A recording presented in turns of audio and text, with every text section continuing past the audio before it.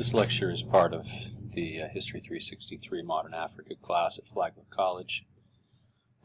We're talking today about colonial Africa, beginning with the First World War and extending really through the 1920s and into the 1930s, though we will talk more about the effects of the Great Depression and World War II and other things like that in future lectures.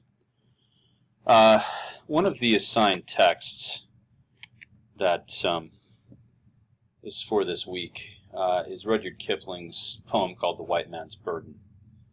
And I meant to talk about this in the last lecture, which ran rather long. But this is an important text to capture the European mindset, really, vis-a-vis Africans, or really any subject peoples, but Africans in particular, I think, were on Kipling's mind when he wrote this. And really the sentiment here is that it's, this duty that Europeans have to bring Christianity and civilization and commerce, the three C's that we've discussed before, to the peoples of the developing world, to the peoples of the colonial world. And the attitudes evinced here about those peoples are quite revealing. So he talks here about, so you can see, go bind your sons to exile to serve your captives' needs. So there's this very strong sense of duty that Europeans felt about this, but at the same time, their views of the people who were their captives, as he says, were really very pejorative. Your new-caught, sullen peoples, half devil and half child, and that really was, I think, the standard view of these colonial subjects, especially in Africa. Moreover, there's this perception that in the places that Europe is trying to bring civilization to, there are things like, savage wars of peace, famine, sickness, and that even with all of the great and heroic efforts of the Europeans, that the natives will resist this because they are characterized by things like sloth and heathen folly, which will bring all your hopes to naught, right? And so Europeans have to be patient with these African peoples who are really not ready or willing to go along with the European program. They're going to resist this at all turns. It's going to take a very long time, but it is our duty to do this, right? And then toward the end here, there's this notion that, there's this notion that the Europeans will somehow win, everlasting praise. He has the kind of judgments of history on his mind as he's writing this here. The Europeans will be the source of grand historical change. It's going to take a while, but people, the judgment of your peers, the people will remember, right, what you have done in helping these poor, benighted people, these ignorant people in these far-flung territories. Now, you might say that the sentiments are noble, and they are certainly characteristic of the time. I think we would see these as terribly patriarchal and quaint and even insulting today. But that kind of mindset really did inform Europeans as they proceeded to conquer and rule and set up colonial situations in Africa. The Great War was a turning point to mark the kind of completion of the establishment of the colonial apparatus. Now, there certainly were more things put into place in the 1920s and 30s, and we shouldn't see this as a static situation that it's developing up to World War I, and then it sort of holds form for several decades at that point. But the Great War in Africa, like it was in Europe, was the culmination of this long and frequently violent contest for empire that marked the 19th century. And so it's a fitting conclusion to that, and also a kind of beginning to our discussion of the full colonial apparatus. Militarily, the British and French forces, with trained African troops, most Africans served probably mostly as porters and support staff for the army, but you can see here in this illustration of a German commander surrendering to his counterpart among the British, that all of the troops here, depicted here, are African. And so they did fight. The British and French sent forces into the areas along the Gold Coast in West Africa, Togo and Benin, that had been claimed by Germany, into Cameroon. Also, some of the most hotly contested territory in Africa was in German East Africa, what is now Tanzania, and the British swept in to try to gain control of that territory. There were natives who had been co-opted by the Germans to fight against the British, who ended up fighting some pretty serious battles there against the British, and the war in certain places in East Africa under very effective German commanders lasted the whole length of the First World War. The South Africans who joined the side of the British, much to the chagrin of some of the Afrikaners who would much rather have supported the Germans, ended up occupying Southwest Africa, and so all of these territories that the Germans had controlled were invaded and eventually wrested out of German hands, and that really ended German imperialism, German colonialism in Africa. Africans were conscripted for this. We already talked about that. In some cases, many cases actually, there was a great deal of protest against involvement in the war, and this came from multiple quarters. It's a complex phenomenon. Some people simply moved away when the European power tried to conscript. Africans did what Africans had done for centuries, really from time out of mind, and that is moved away from the situation that was unpleasant for them into another part of the territory. And so these colonial officials were sort of chasing after peoples who were migrating away from them, trying to get African conscripts. In some cases, even Africans mutilated themselves.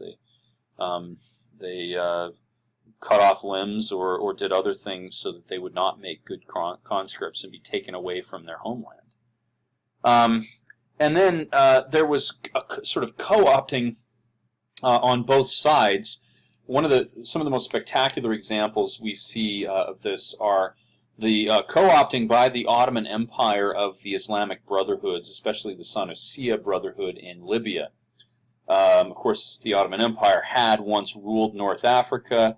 All of that land that they had taken had pretty much been wrested out of their hands by the British and French. But when they joined the war on the side of the Germans, they sort of contacted and convinced the leaders of these Muslim brotherhoods to fight against the British and French and Italians who were fighting on the side of the Allied powers. And really this was part of a larger goal that the Ottoman Empire had to lead a kind of global jihad against the colonial powers, trying to unite the whole Muslim world. That really didn't materialize, partly because the Ottomans had lost a lot of their prestige by that point among many Muslims. But there were these rebellions of Islamic Brotherhoods that lasted pretty much the whole length of the war.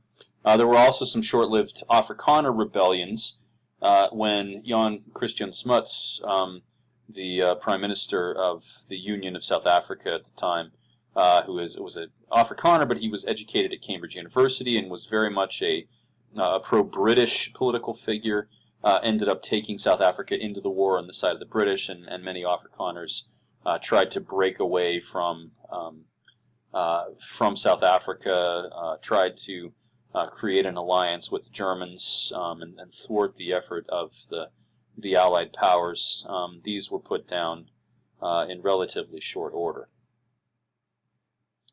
The effects on the economy were mixed. On the one hand, the war did create a demand for certain goods, minerals, metals, and to some extent even agricultural goods to supply the war effort. But on the other hand, there was a lot of taxation. There was even rationing in the price of certain goods because this was wartime and they weren't useful.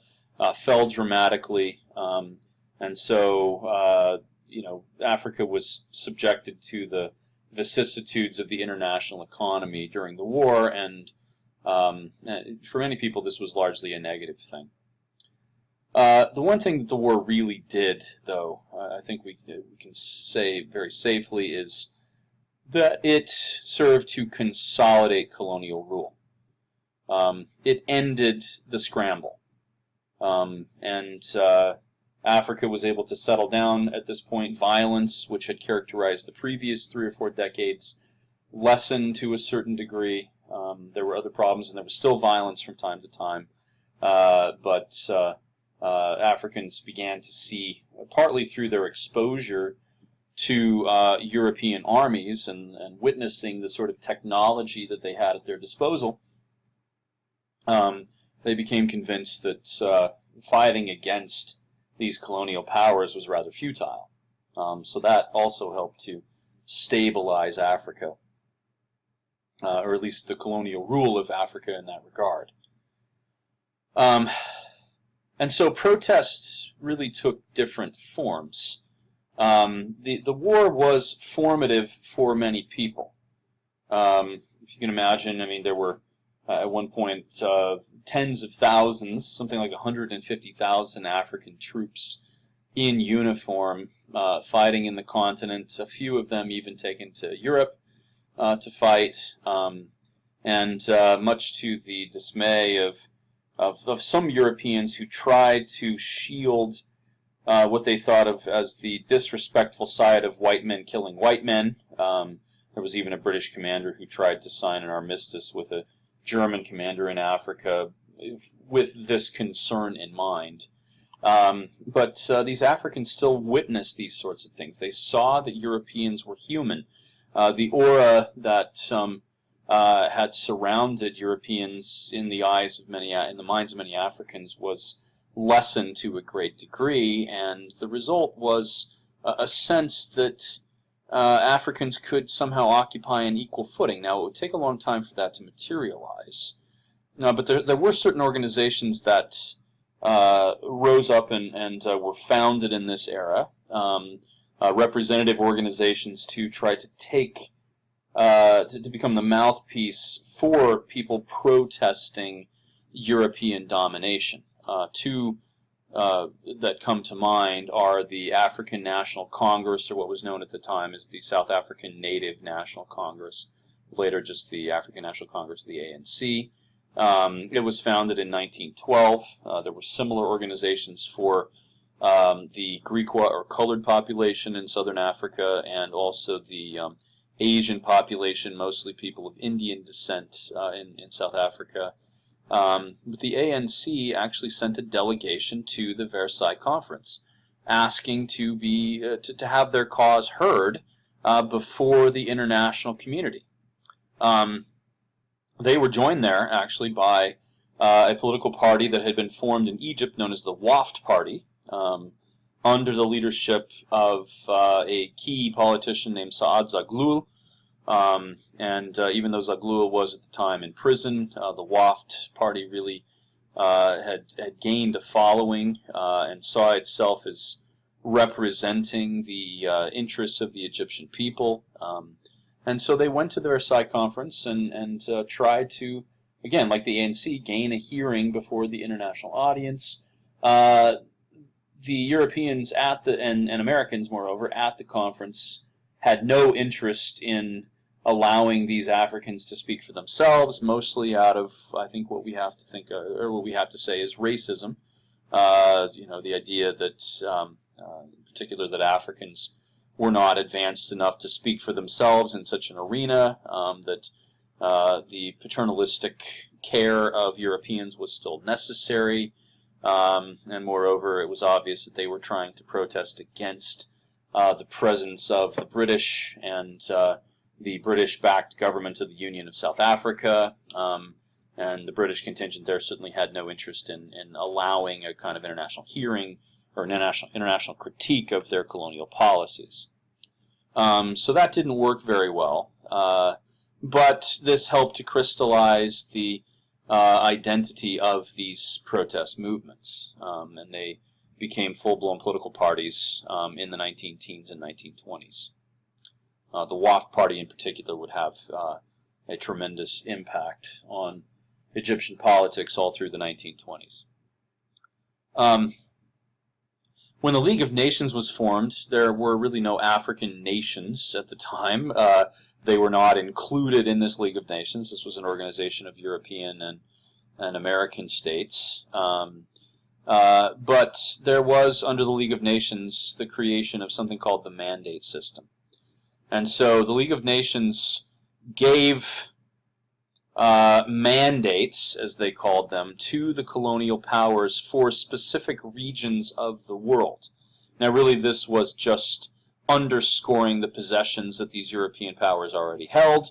They didn't snatch something away from France and give it to Britain in this case, or anything like that. They did take away all the German territories, of course, and give them to the British and the French, and to a lesser extent the Belgians and the Portuguese.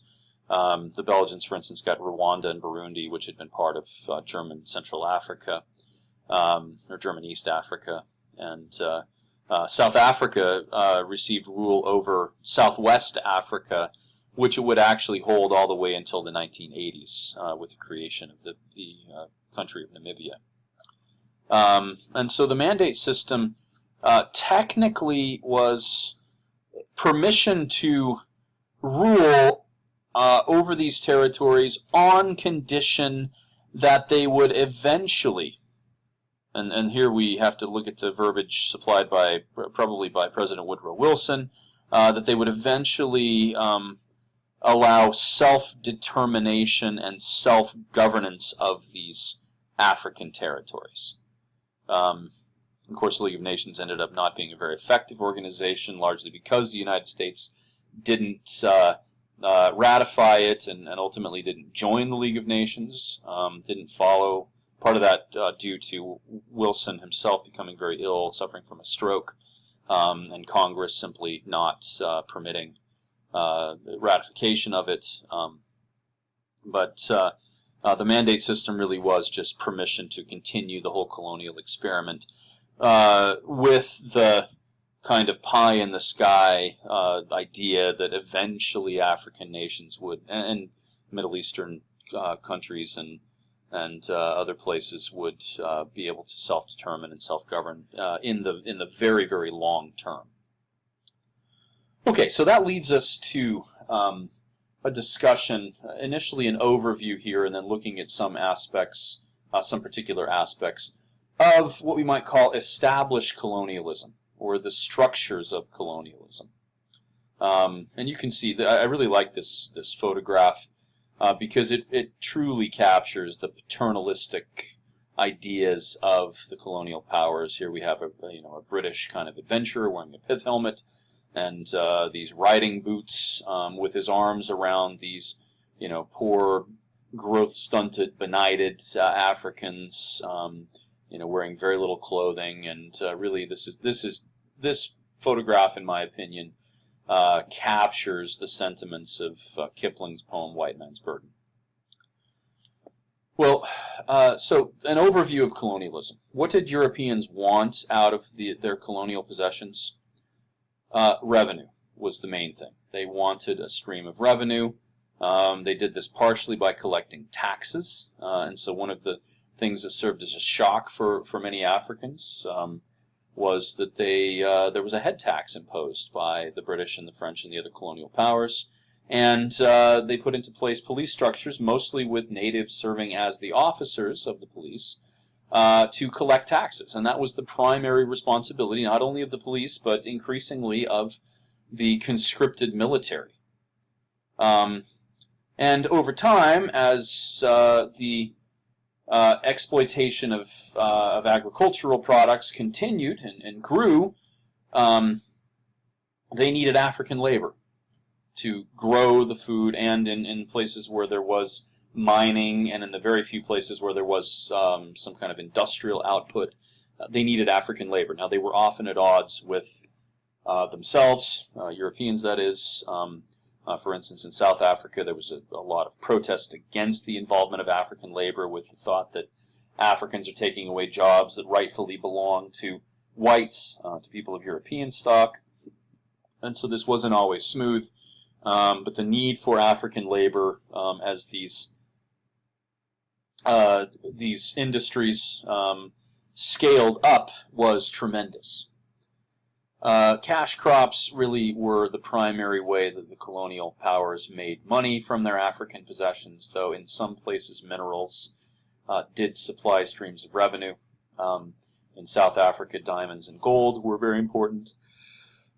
Gold was discovered north of the Limpopo River in Rhodesia, or what is now Zimbabwe, but it was in fairly small quantities and diffuse. There weren't giant deposits as there are in the region around Johannesburg in South Africa. Increasingly, though, in other parts of Africa, they discovered other metals and minerals. In northern Rhodesia, or what later became Zambia, they found huge deposits of copper, for instance, and cobalt and other things in the Congo Basin. And so minerals and metals were also goods that Europeans wanted to extract from Africa.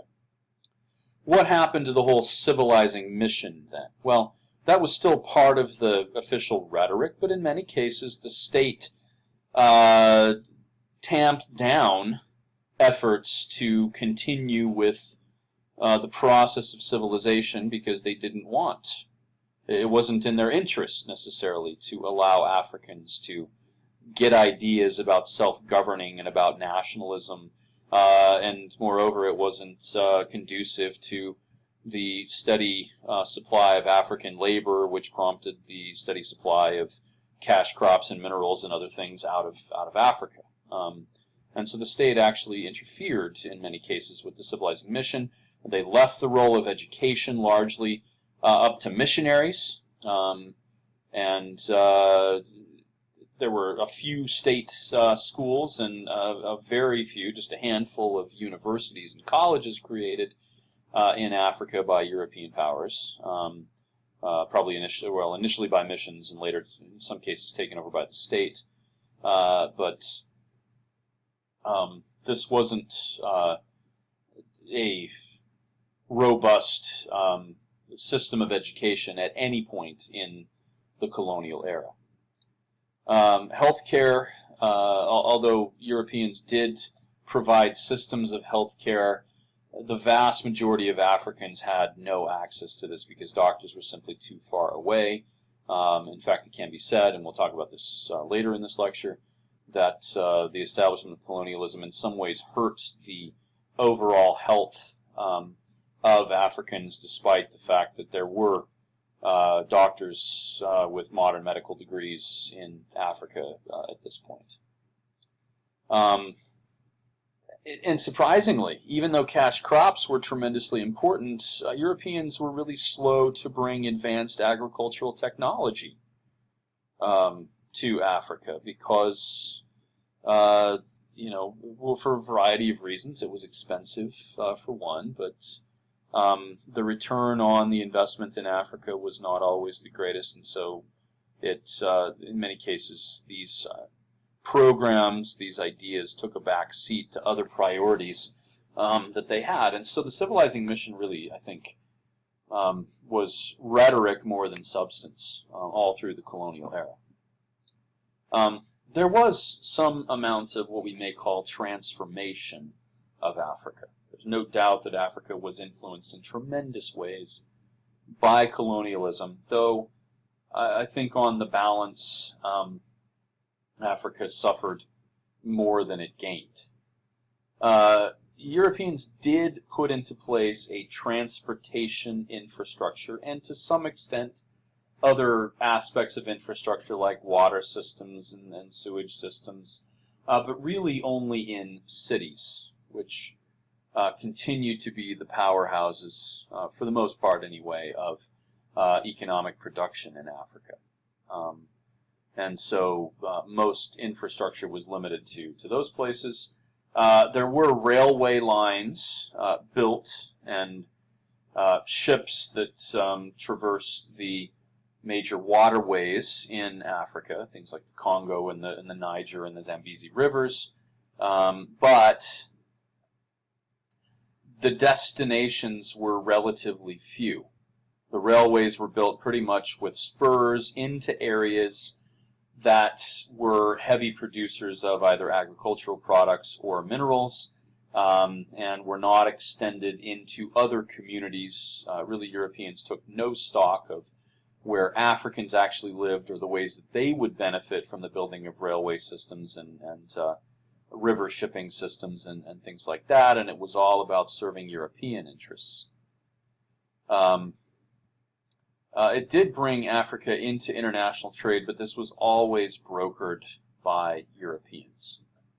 On the other hand, and this is maybe the one place where we can see some pretty fundamental transformation, Africans frequently took advantage of the opportunities that were now afforded them as colonial subjects. There were some entrepreneurial peasant farmers, for instance, who supplied, especially if their homes and their fields were located near a railway spur, they could trade directly in their goods directly with Europeans and thus make a pretty handsome profit. And in some cases, these Africans became quite wealthy and ended up being agents of change over time. Moreover, there was an emerging African educated elite who had gone to these mission schools and in some cases to universities, either in Africa or in Europe or the United States, and these people ended up being agents of change as well. So we talked about the stabilization after the First World War, and whereas in the 1880s through about the 19-teens, there was a great deal of violence and the enforcement of new colonial policies, things really stabilized after that. Because Africans saw the futility of armed resistance, they instead took up other forms of resistance. Some of this took an ethnic cast, that people insisted on the privileges of that were associated with their tribal identities. They formed organizations or at least some sort of collective identity to oppose European demands. And so the creation of these tribes, which in many cases were really new contrivances forced upon Africans by these Europeans who were looking for traditional leaders to co-opt, ended up being places where resistance could happen. Religion was another major place where African resistance could be located. So whether we're talking about the Islamic Brotherhoods of North Africa or the Zionist Christian churches in South Africa, and just to cite a couple of examples there, these religious identities often served as a catalyst for fusing people together in their resistance to European rule. And so there are a few examples that we'll talk about in due course over the next couple of lectures here. The political structures, we talked about this last time. Indirect rule chiefs were the preference. These are the traditional authorities who in many cases were really quite new. Really what we see here is a distortion of what had existed before, and that would ultimately have lasting repercussions. But these indirect rule chiefs were the ones who had the bulk of the power and the privilege. They were the ones who interfaced directly with Europeans, though As we will see in the assigned primary source reading for next week, The Fortunes of Juan Gran, by Amadou Hampâté Bâ, educated middlemen, especially translators, those who knew both English or French or Portuguese or whatever the language was, and the native languages, who served as the mouthpiece both for the colonial administrators and the chiefs in their relationship with each other, could often take advantage of the system. And this is a fictionalized account of one of these figures, but there were figures like this who really did exist. And so it wasn't always just the chiefs who had access to privilege. In some cases, the middlemen were actually the more privileged members of the society. The chiefs ultimately would be challenged by the emerging educated elite. And some of these people took up these jobs as middlemen. But the educated elite did more than Juan Gran did, for instance, in many places. They actually became the thinkers behind protest and political organization in envisioning a world where Africans were free of European rule. They were the main formulators of nationalism, as ideas about nationalism began to take hold in Africa. Now, initially, these educated elite were not embraced by the European institutions, by the European powers, because they were not part of the traditional elite. And so they had to serve these kind of middlemen roles. These had to be, sort of colonial toadies, as it were. But over time, as the chiefs became less and less reliable, more and more corrupt, many European colonial officials began to see the promise of working with the educated elite, and it was ultimately these educated elite who led Africa into the era of independence. So that's something that we'll talk about again in due course here. African entrepreneurs, and so the peasant farmers that we discussed, who managed to exploit the system to make more money and attain more wealth than they had previously, were often viewed with a great deal of skepticism by their European by the European officials, because the whole system was set up to allow Europeans to profit, to allow Europeans to make money off of the colonial system, and African entrepreneurs presented a kind of challenge to them. And it's paradoxical because, of course, the Europeans had this whole idea of civilization, which would come through commerce, through participation in commerce. This is the way that Africans would free themselves from the bonds of savagery and barbarism. But when presented with people who seemed to succeed at that very task, Europeans were often skeptical and tried to lessen the influence of African entrepreneurs. In general, population began to grow after the First World War. In the period before that, in many places, it had actually shrunk tremendously. In the Congo, for the reasons spelled out in Adam Hochschild's book, King Leopold's Ghost, which is assigned for this week, population fell perhaps by half in that territory, and it took a precipitous drop in other places as well, but that was in the last couple of decades of the 19th and the first couple of decades of the 20th century. After about 1920, the population began to stabilize, and pretty much all over Africa began to grow, and this was due to access to modern medicine and to probably, in some cases, a better diet and other things that lessened the death rate. The birth rate in some cases went up as well, but it was mostly, the population growth was attributed mostly to the lessening of the death rate.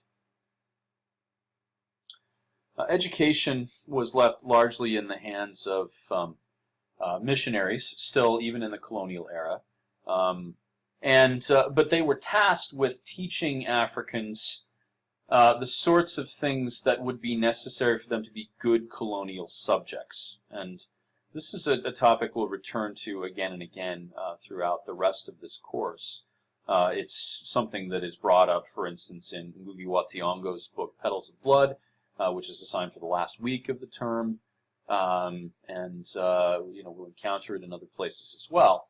The subjects that Africans were taught by European schools were not things like, well, African history or things like that. Europeans, and moreover, they were not taught sort of the higher order thinking skills that one would find in European schools and universities. They were taught practical things. The justification here was that Africans should be taught things appropriate to their level of development and their situation as colonial subjects. The whole idea of creating black gentlemen really had passed by the wayside by this point. Reed in the textbook talks about the notion of association rather than assimilation. That Europeans became less and less interested in Africans who were assimilated into European culture, and they wanted instead associates who were steeped in African culture, and thus more easily moldable, with fewer ideas, at least as Europeans saw it, and so they taught them things that would have, produce these kind of loyal subjects. Or at least that was their goal in all of this. However, as a few of these Africans were able to attain higher levels of education, especially those who went off to European or American universities, there they encountered the grand ideals of Europe, notions of liberal government and democracy, of equal representation, of civil rights, and maybe most importantly, ideas of nationalism. And they saw that the experience in Africa was incongruent to these lofty ideals that the Europeans held up as the ultimate in human existence. Well, this was both disenchanting and invigorating for these Africans. Many of them returned to Africa to start political organizations, to be protesters, and eventually brokers for their fellow Africans in the process of obtaining independence.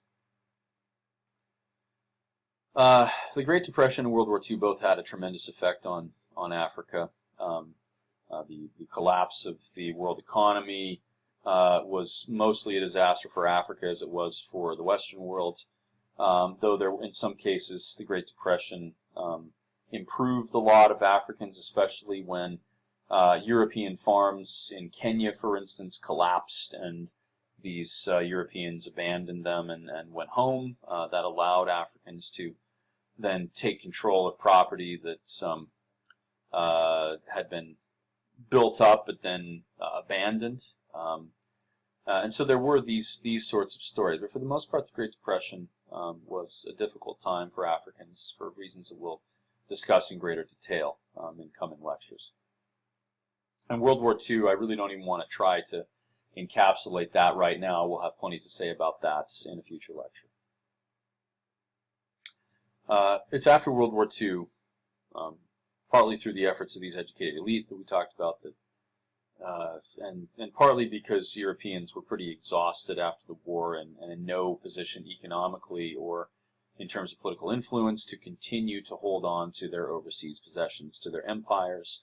And so it's at that point that we begin to see this transition to self-governance.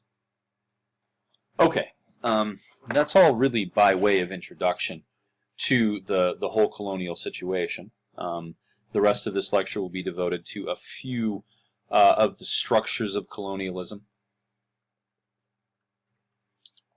And we'll have more to say about some of these things in future lectures. The economy could really be broken into three segments. In most of Africa, particularly most productively in West Africa, though also to some extent in places like the Congo, and increasingly, well, and also in the Mediterranean coastline of North Africa, There were indigenous systems of cash crop agriculture that go back to the kind of entrepreneurial and dynamic spirit of the 19th century, to the old move away from transatlantic slavery to legitimate commerce. That was still underway, and it was this indigenous cash crop system that ended up being the main driver of the African economy in those regions.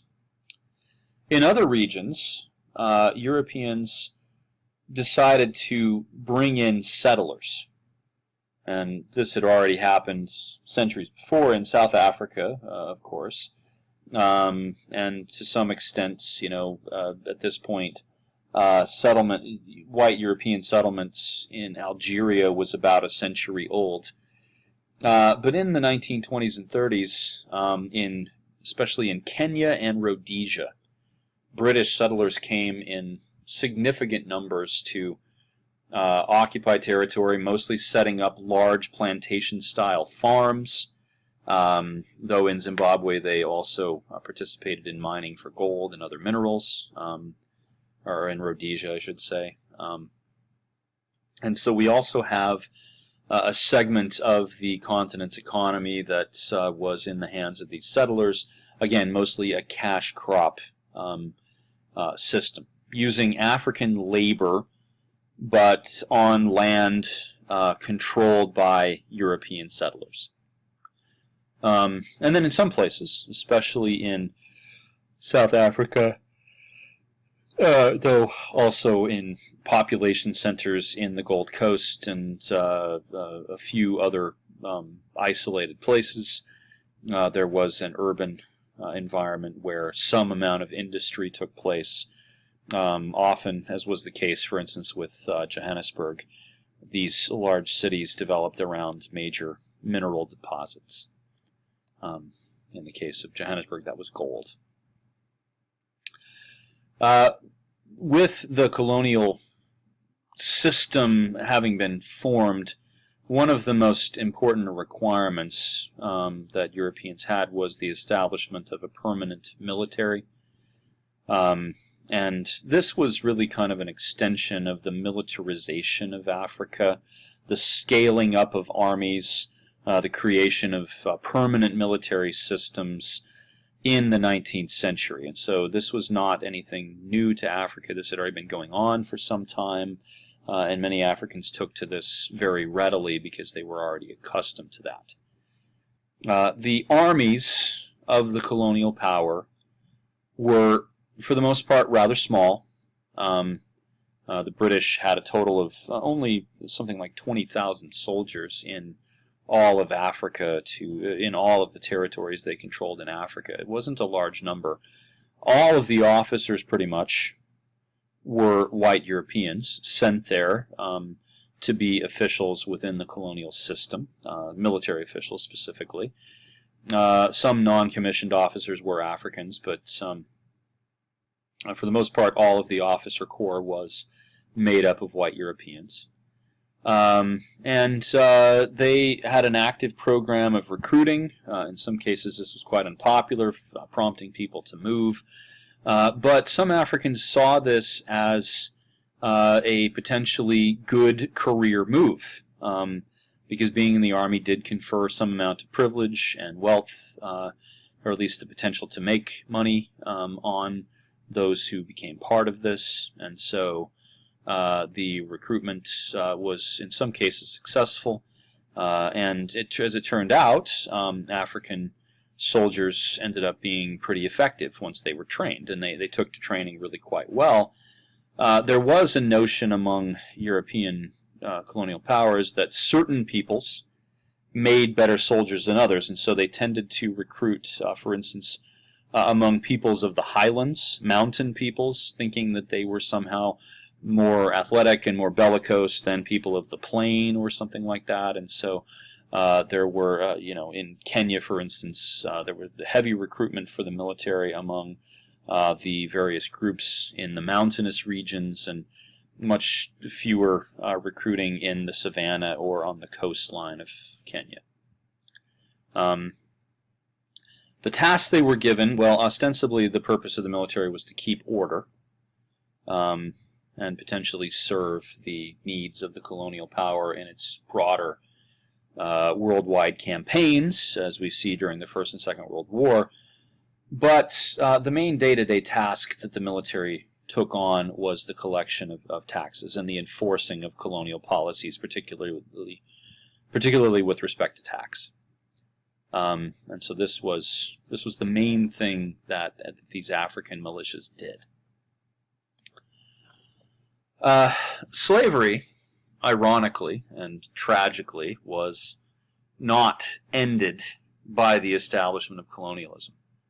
There was actually, believe it or not, an intransigence on the part of some colonial officials to stop slavery because it was so fundamental to the cash crop system that had developed in places like West Africa, and to some extent in the Congo and other places.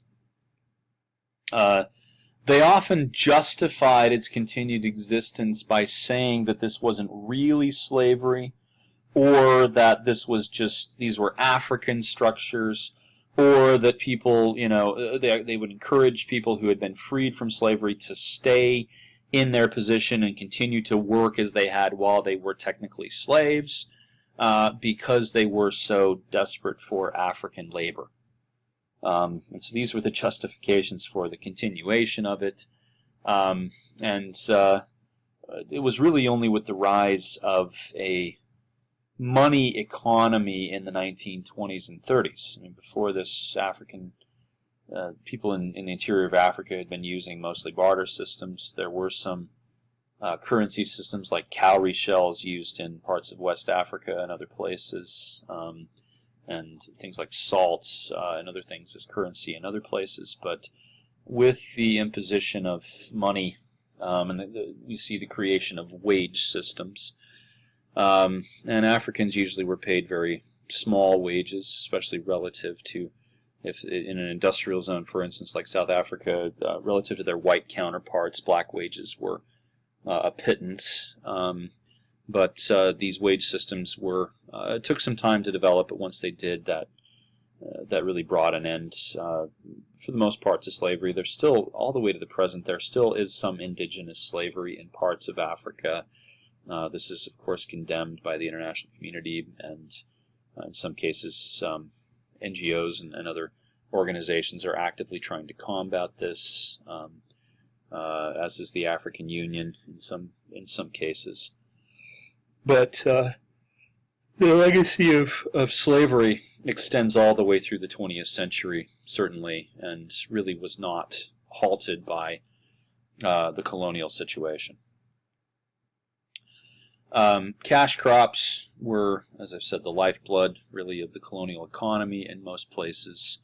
And so Europeans tried to recruit as much labor as they possibly could for this. In some cases, they even went so far as to create systems of forced labor, laws stating that Africans had to work a certain number of days or offer a certain amount of labor on white European farms or installations, plantations owned by European corporations. There's a great variety in the way that this was imposed, but there was a great deal of forced labor during the colonial era. Railways were built really from the places of greatest production to the coastline for shipping away to Europe, to become part of the international economy, which was dominated by Europe. And in the most tragic cases, the European companies, and recall a point from the last lecture, I need to, I guess, underscore this. The colonial powers did not administer things like forced labor directly in most cases.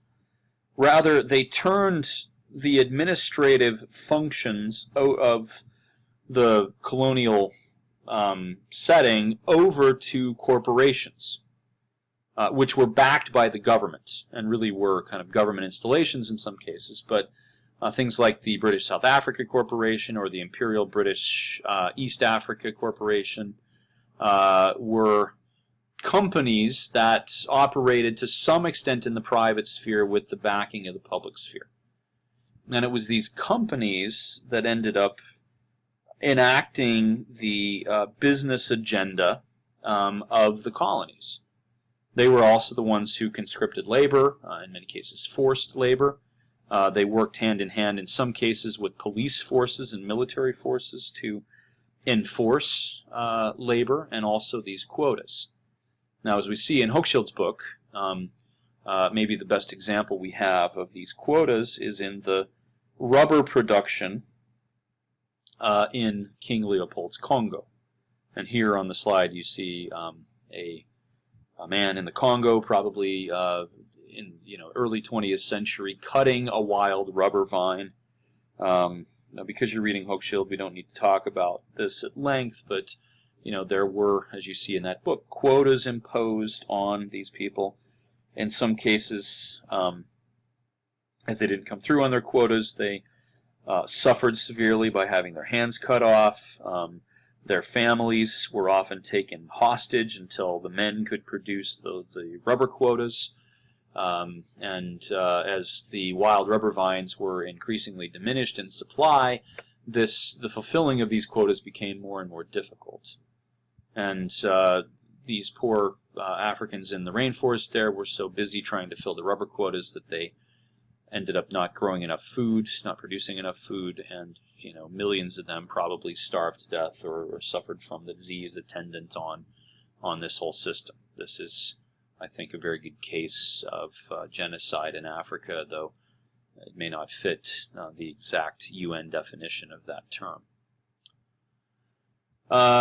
There were success stories, though, from African entrepreneurs. A good example would be the Akwapim people of the Gold Coast region. These came from a relatively diffuse society without powerful chiefs, and with a great deal of local autonomy, and in many cases the peasant farmers among the Akwapim ended up being quite successful at growing things like groundnuts and increasingly crops like coffee and cocoa. West Africa became the world's leading producer of cocoa in the 1920s and 30s, and these Akwapim entrepreneurs were key to that whole effort. Africans could profit from the cash crop economy in other ways. The Akwapim were relatively diffuse, and this is why these local entrepreneurs ended up having so much power or so much opportunity. But in a relatively hierarchical and stratified place like Uganda, going back to the kingdom of Buganda, in that case, the elites, the nobles, whose identity and power often revolved around their Protestant religious beliefs, which is the way that they opposed the overarching rule of the Kabaka and things like that we've talked about in previous lectures. But these nobles, working together with the British in Uganda, ended up being the driving force behind the growing of various crops, particularly cotton in Uganda. Cotton was identified as a crop that would grow well in Uganda, and these nobles were the ones who spearheaded the cotton growing effort. And this brought them opportunity and wealth, though in a hierarchical society like this, the chief recipients of the wealth that came from growing cotton were, in fact, the nobles. In the places where there was a lot of white settlement, probably the main theme is the appropriation of land. This is a long and complex story. It's also a tragic story. But in South Africa, in particular, and to a lesser extent in Rhodesia and Kenya, the white and I say to a lesser extent because the population of white Europeans there was minuscule when compared to the population of white Europeans in South Africa. But in all of those cases, the best land, and in some cases even the lion's share of the land, ended up being claimed as part of either large agricultural plantations, or as claimed for purposes of mining or producing industrial output or something like that. The government of South Africa, as well as the colonial governments of both Rhodesia and Kenya, ultimately created a partition of land. They designated which lands could be or were under the occupation of white settlers. In South Africa, with the Natives Land Act of 1913, for instance, only 7% of all of the land of South Africa was designated as native reserves. Now, these native reserves are in some ways similar to the Native American reservations in the United States. These are places where the natives were sent. They were supposed to be semi-self-governing. That was really a misnomer. That was a claim that never materialized. The leaders of these reserves were puppets of the white government in South Africa and in Rhodesia and in Kenya, for that matter. In Kenya, the proportion of land given to the whites was somewhat lower. It was around half, I think. But when we're talking about a population of a few tens of thousands of white settlers, as opposed to millions of Africans. In South Africa, the white population never reached more than about 20% of the entire population of South Africa. And so 80+% of the population was supposed to live on only 7% of the land. And this land was usually marginal land, with no access to the outside world in terms of trade, really no infrastructure going in and out or no infrastructure being built inside the reserves, and these ended up being places of intense poverty, where the men left mostly to seek employment in the cities on terms laid down, very strict terms laid down by the whites who governed. And they were these laborers who went to work in, say, the mines of Johannesburg or something like that, were given very small wages, especially relative to their to the whites who worked alongside them. All of the skilled labor positions were given to whites. You can see here a shot from a mine. I don't know exactly where this is, but it's got to be in South Africa in the early 20th century. And you can see there are a few whites among a majority of blacks, and these whites almost certainly would have been the foremen and the skilled laborers, and the blacks would have been the ones wielding the shovels and doing the most dangerous tasks, doing the jobs that involved the most physical labor, and they were paid much less than their white counterparts. In fact, the wages of whites in the mines reached a point where they were on average 10 or 12 times more than the black laborers made in the same cases, working in the same situations.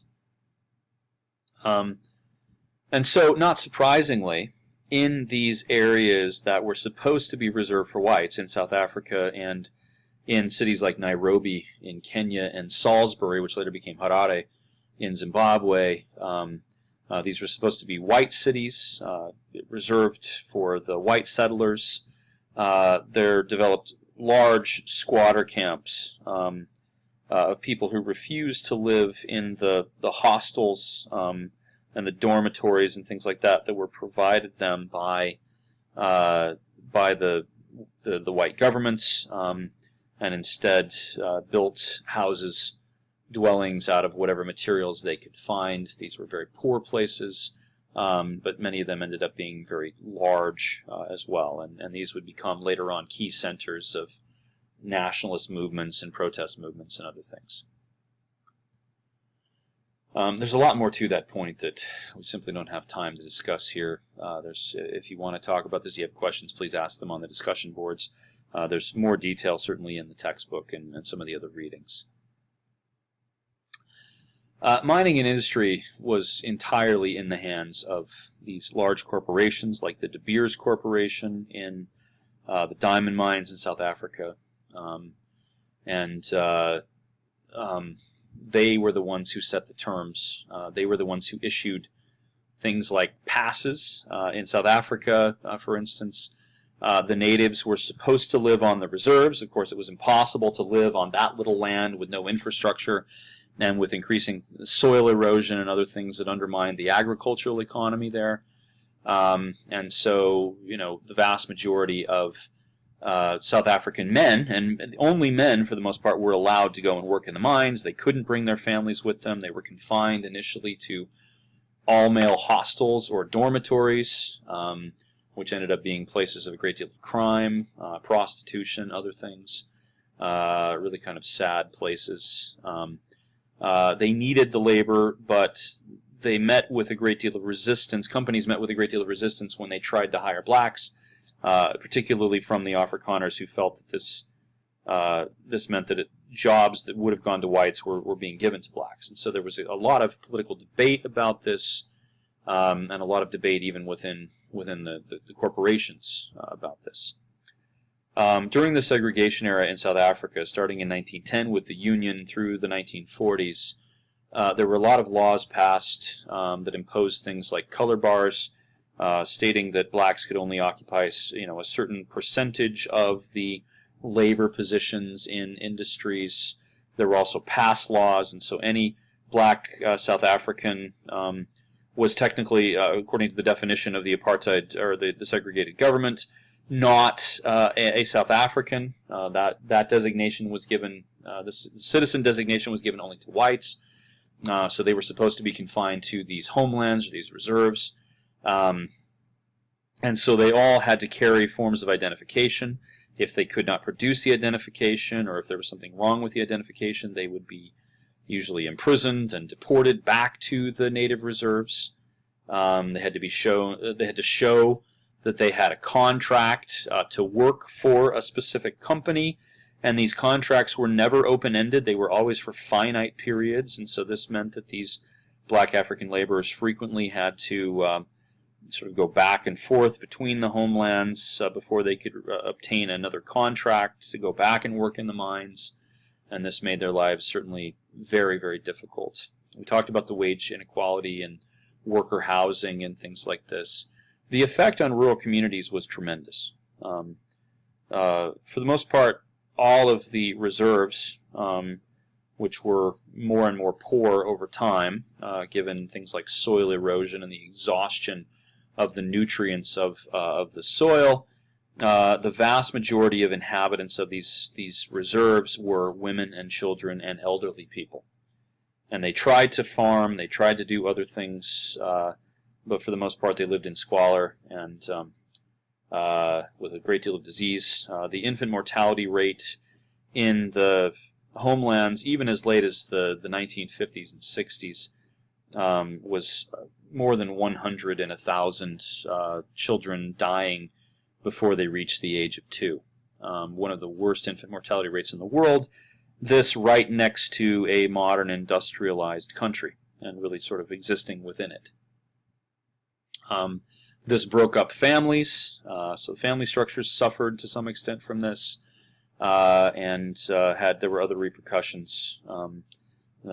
Things like the lack of fidelity, the spread of STDs as men went off to the mines and off to the factories, ended up fulfilling their sexual needs through prostitutes, so taking multiple sexual partners, and it's not surprising that there were massive outbreaks of things like syphilis and gonorrhea in sub-Saharan Africa during the colonial period, which hurt the birth rate, took away fertility and other things.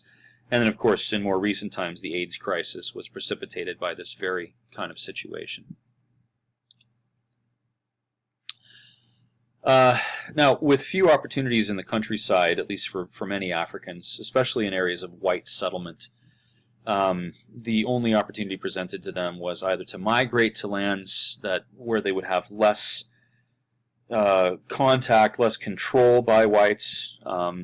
In other words, lands away from white settlers, and there was a great deal of migration. Really, this is a continuation of the standard migration pattern that existed in Africa for many centuries. But the other alternative that was taken by many people was to move to the city. And so this photograph here is of Nairobi in the 1940s, and you can see that it has grown by this point into a fairly major city. It was only founded a few decades before this as an urban center in the highlands of Kenya, connected via a railway line to Mombasa and the other port cities in Kenya. And so more and more poor black Africans who had been kicked off of their land, whose opportunities for making money in agriculture had been curtailed severely, ended up going off to the cities, and these places ended up being having huge neighborhoods, often squatter neighborhoods, with lots of poverty and lots of crime. And so all of the major problems of large urban spaces, and without a lot of the benefits, in fact, of large urban spaces. I said in an earlier slide that African entrepreneurs were often seen as a threat by Europeans. Europeans preferred to work through traditional authorities, which, as we've talked about, were often contrived.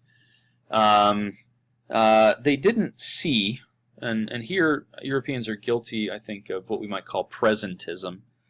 In fact, Reed uses the term, I believe, myopic presentism. They didn't see that people who were innovative, Africans who were innovative, would in fact be of great benefit not only to other Africans, but potentially to the whole colonial apparatus. That these are the people who, were the innovators. And so it's easy to say, I think, and accurate to say, that the colonial system resisted innovation. It was slow to innovate, at the very least. Entrepreneurs were often viewed with skepticism. In some cases, they were, given lesser prices for the goods they produced, or arrested on trumped-up charges, or in any case, they were seen as a threat by both the traditional authorities, that is, the indirect rule chiefs, and by the European interlocutors of the indirect rule chiefs. And all of this despite, and this is one of the paradoxes of the colonial situation, all of this despite the increasing demand for African labor. What Europeans wanted, it seems, was a kind of faceless mass of Africans working on the farms, working in the mines, working in industry, not demanding too much, meeting the labor quotient so that the resources could be extracted. Anyone who struck out on their own in an innovative spirit was viewed with skepticism and with fear. Finally, a few cultural and social effects, and ending up with a few demographic points in this lecture. Education was largely through missions.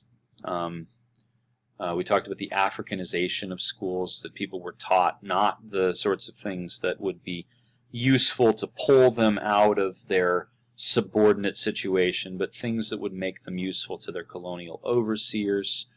And the other thing we can say about education in Africa was that there just wasn't very much of it.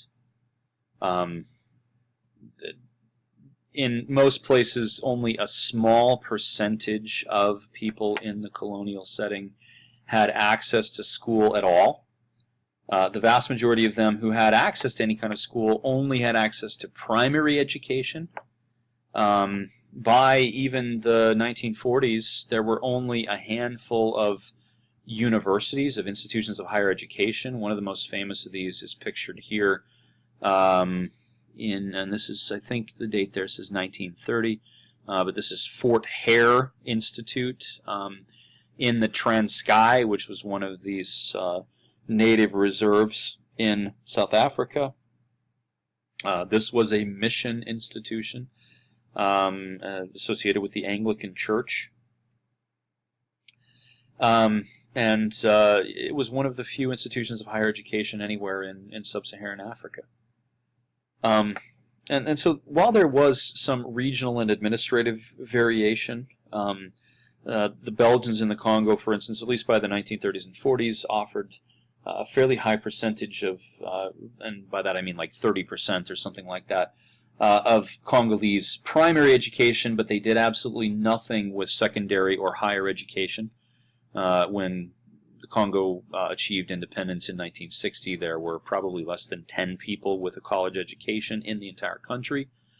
While there was a smaller percentage of primary education in British and French territories, there were more high schools and more access to universities. And so there's a lot of variation here. In places of white settlement, there tended to be fewer, ironically, fewer institutions of education for Africans, at least for some of this period. And these were invariably associated with the spread of Christianity. And so the schools had the avowed policy of proselytizing Christianity, of spreading the religion. So students pretty much had to make that agreement when they signed on to go to school there. There was little regulation and really little impetus from the colonial government to extend education to more people, and as I said, a great lack of higher education. Social structures, on the other hand, were fairly persistent through this period. Because Europeans took a mostly hands-off approach to social engineering, things like polygamy remained present, especially in Muslim areas. The British in particular were reluctant to try to challenge Muslim authorities, and so especially in predominantly Muslim areas, even the Christian mission education was not available to most people. And if people in, for instance, the northern part of the Gold Coast, which was predominantly Muslim, or in Egypt, wanted to receive an education, they either went to a Quranic school and learned Arabic, or they went to one of the few state-run institutions. However, there was, in terms of bringing people into the colonial apparatus to serve as colonial officials, pride of place was given to those who had gone to the secular institutions over the Muslim institutions. So there was some amount of discrimination there. But the colonial powers were not concerned about ending things like polygamy. And polygamy continued to produce the destabilizing social effects that it had for centuries, which is to create rivalries between generations. Because older men took multiple wives, they often took the peers of young men and married them. And this created rivalry, even in some cases, between fathers and sons who were competing for the same women. And this is one of the pressures that leads ultimately to a large number of youth movements. And I say a large number, I shouldn't say a large number, some significant youth movements among the political movements in the colonial period. So we find youth movements in, for instance, the ANC and other major political parties, and some of that has to do with this generational rivalry.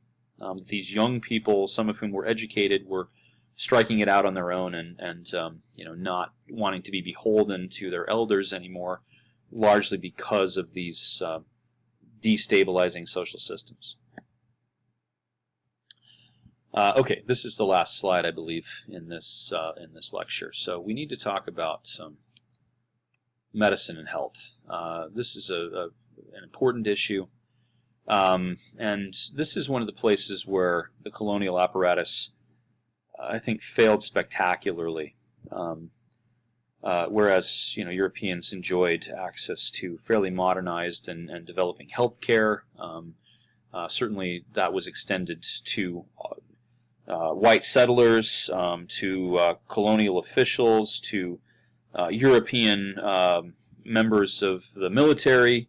The colonial apparatus did not do a lot. Rather, the establishment of this was very gradual. They did not do enough to bring modern medicine to African people.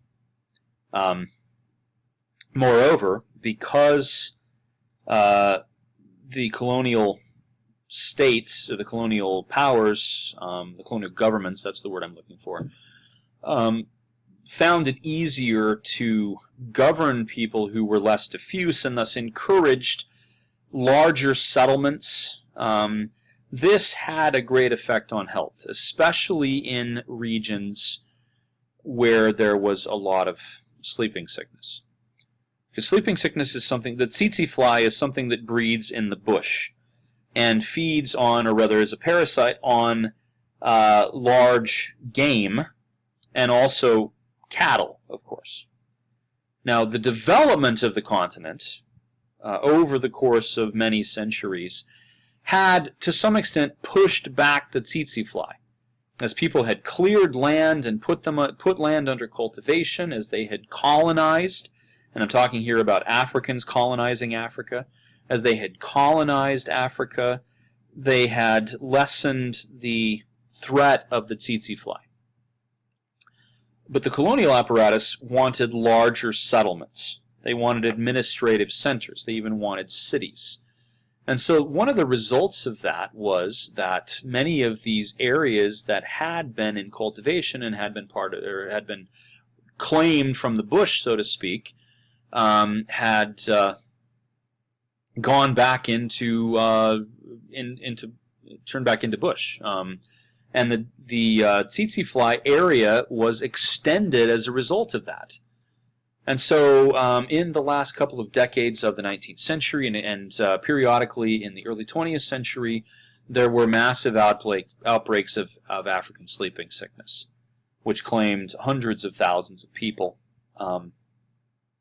Another disease that we should mention is rinderpest, which was a cattle disease that was introduced probably by infected animals brought from Europe by the Italians into Somalia or into Eritrea, and it spread like crazy over the continent in the early 20th century and led to the deaths of millions of head of cattle.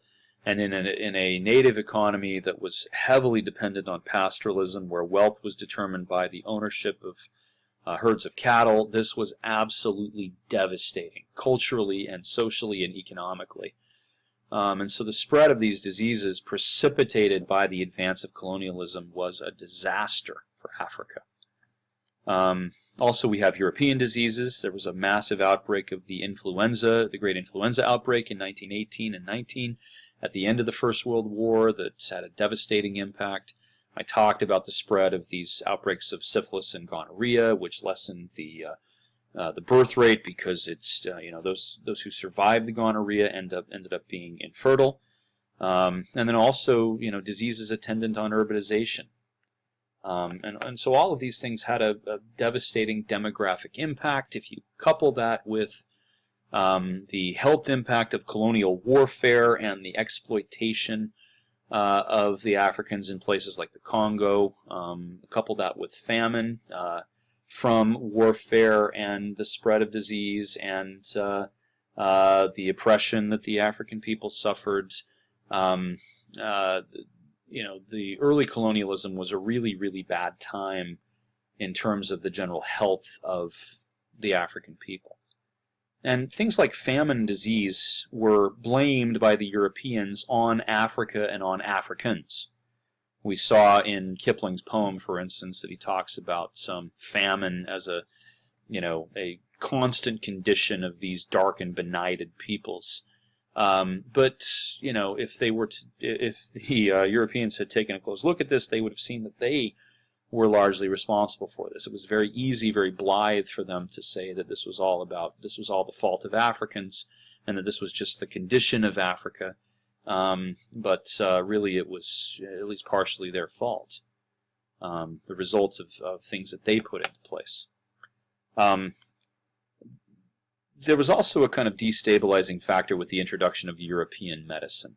That, as Europeans created a healthcare apparatus that served mostly the European population, some Africans became exposed to this. This caused some disenchantment with their traditional methods of healing, and there developed a tension and a rivalry between European doctors and European-style medicine and traditional African medicine that involved cultural components as well as sort of social things. Okay, that is all for this lecture. Again, this one ran a bit long. I think that this and the last lecture were the two longest ones that we'll have in this term, so I appreciate your patience. I will see you online.